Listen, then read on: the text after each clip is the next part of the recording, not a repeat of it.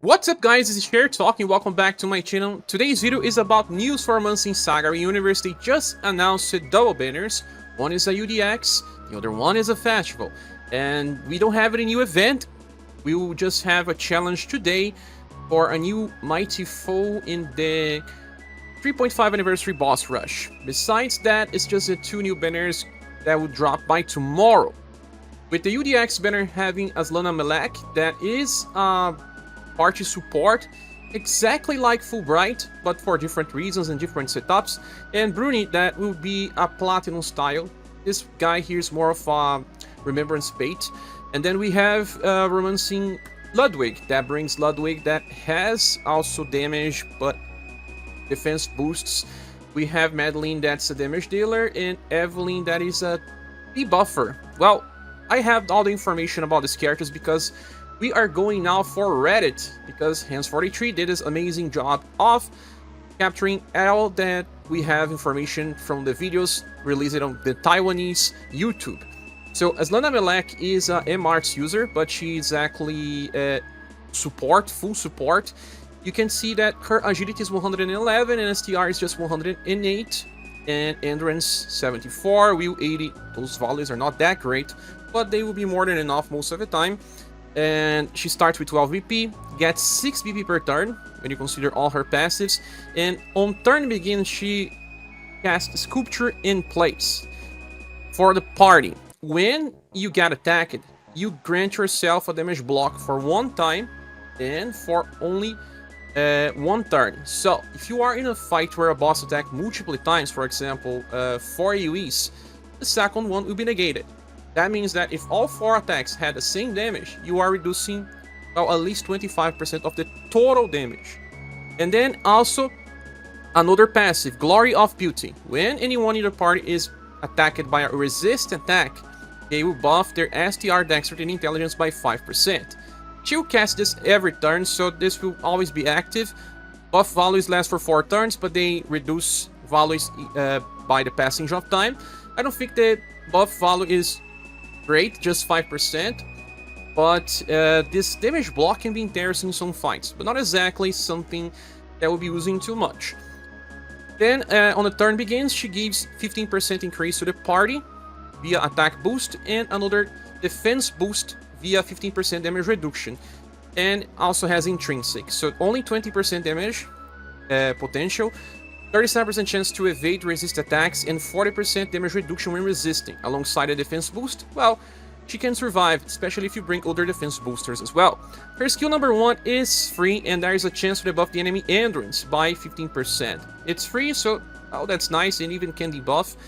The second skill is just support. It uses 4 BP, and it will grant a defense boost that decreases damage taken by 15%. We'll also recover HP by a very small effect that will be around 250. Since it uses only 4, you can actually just keep using this if you want. But she was actually designed to use her skill number 3. For 12 BP, you have a single target blunt attack that attacks between 3 to 4 times, and every time it hits, it will buff endurance and wheel by 25% on max level. So this skill will by itself buff 75% of your endurance and wheel, or even 100%. She has 6 BP per turn. That means that after this, she can use skill 1 and then go back to skill 3 and keep this cycle while still offering 2 different passives that will help you survive. She has the biggest status gain in turn 1. Razen has very good buffs on turn 1, and he can also keep buffing every single turn if you have people that give him more BP. But this is the best turn 1 buff alongside something very unique. She is a very useful style that receives an OP grade in the tier list by being also another type of support that can be used on very hard challenges. But here we are having types of side grades. For example, if you got the newest Liz, and if you have the newest Joe, especially if you already have a least Impress or Def, I can tell you that you have a very strong squad to tackle our challenge. You don't really need to go after this character, but if you miss it on at least one of them, it's interesting. The bad thing is the better value that has Fulbright 23. This character here is not really bad. We have higher endurance and will. He is a staff user of Earth and Sun spells. And, well, he has our wall defense 7, decreasing damage taken by 50% at all times. And he gets 4 BP per turn. He has a 50% chance to buff all status of all allies by 15%. And also a 50% chance to grant an attack boost and a defense boost. The damage increase will be 20%, and he will reduce damage taken by 10%.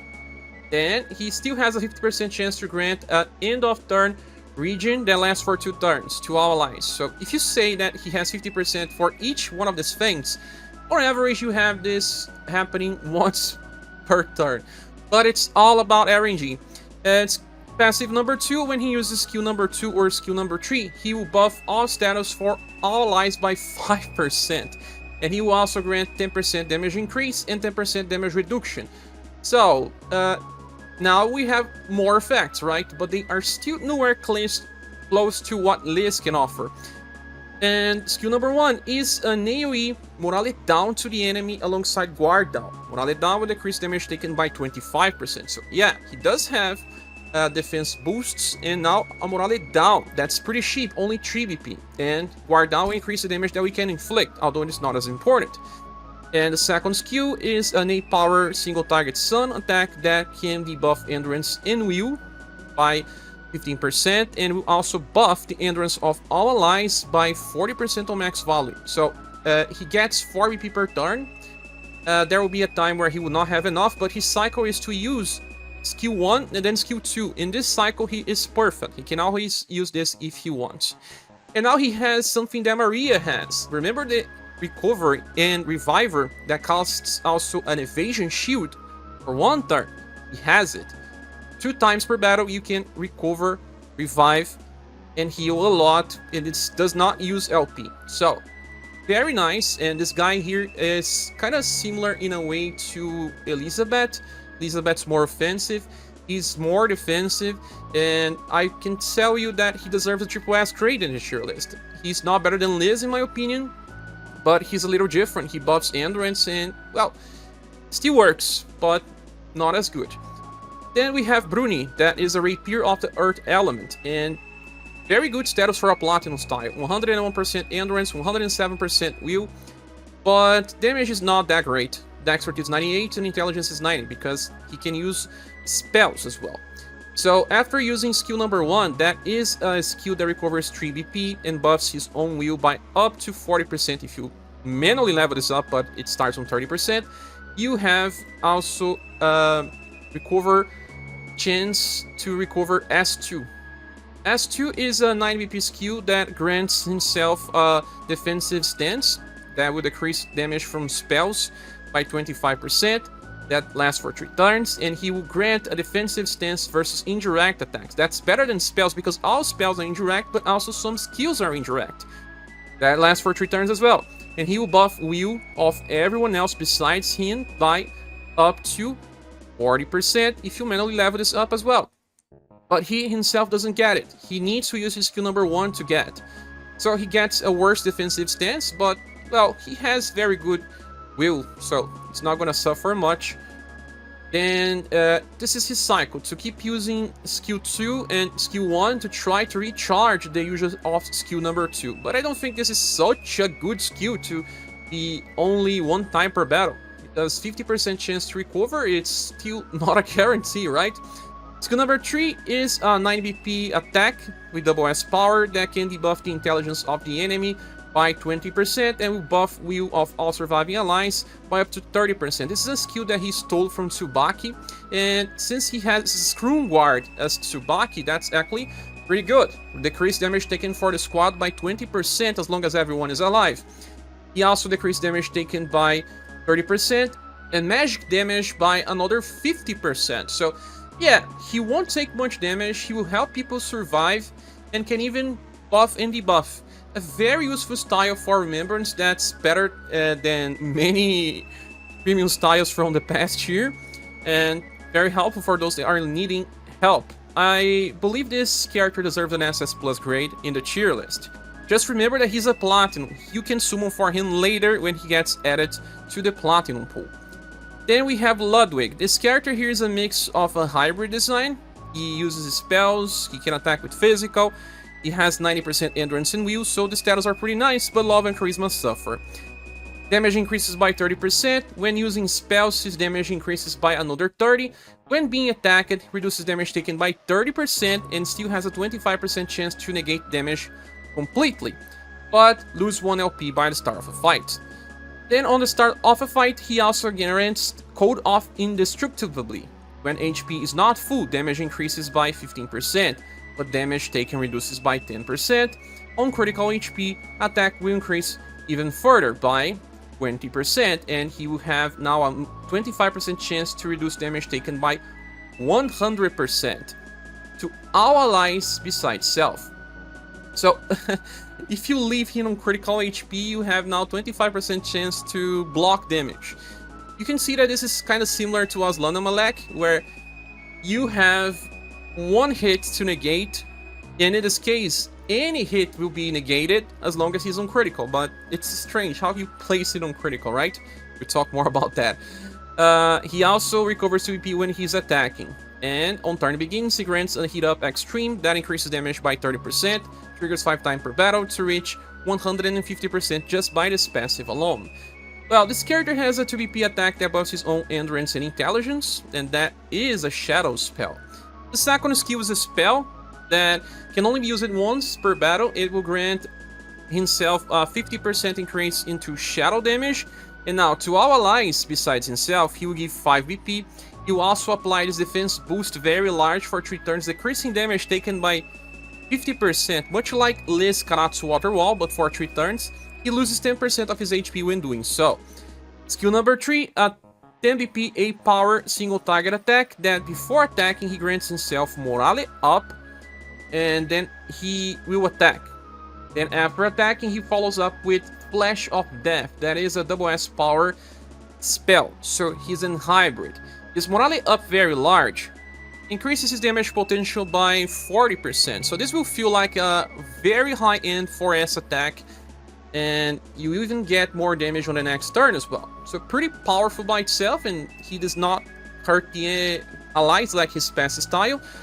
The only problem here is that his gimmick can only be used once, and his damage is still not as high as the bunny version of Rock Bouquet for Shadow or for Slash. You still have people like Sunir, like Mirza, and even the newest Polka that will do more for Slash.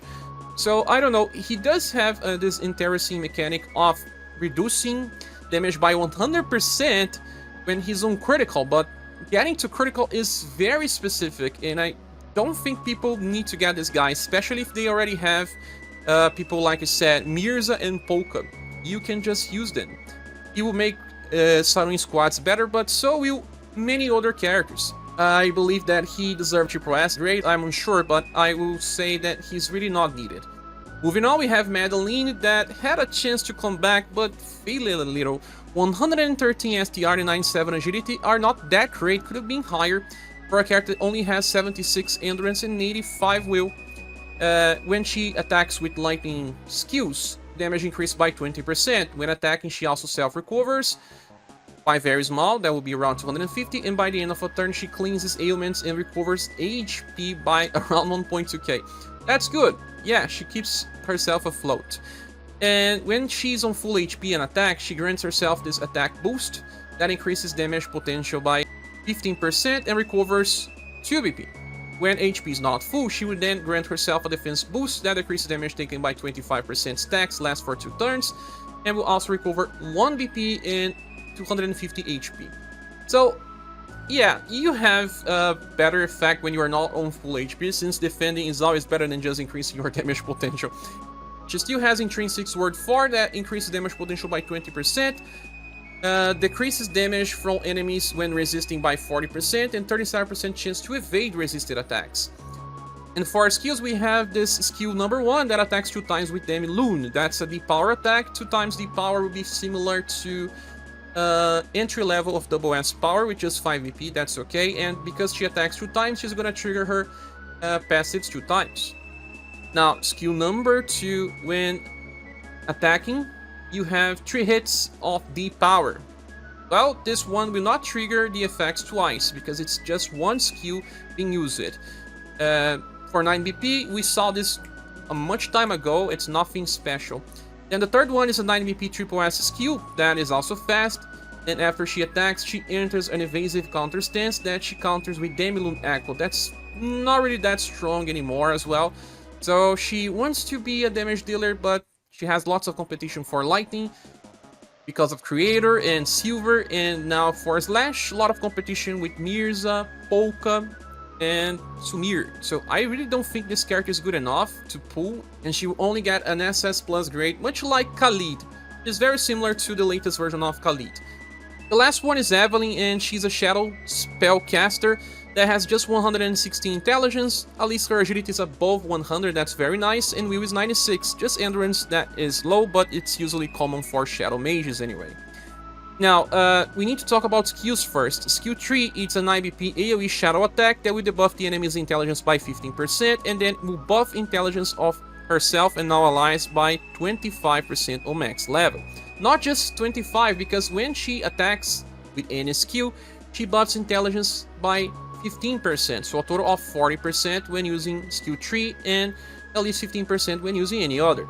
Also, when she uses this skill, she grants herself chain of spells for 5 times. That means that when she's attacked, she will decrease the enemy dexterity and intelligence by 5%. If she is hit by an AoE, I think we'll only use 1 time, but after 5 hits, she stops debuffing. It's interesting because dexterity and intelligence are usually dangerous. Intelligence is always more dangerous than dexterity.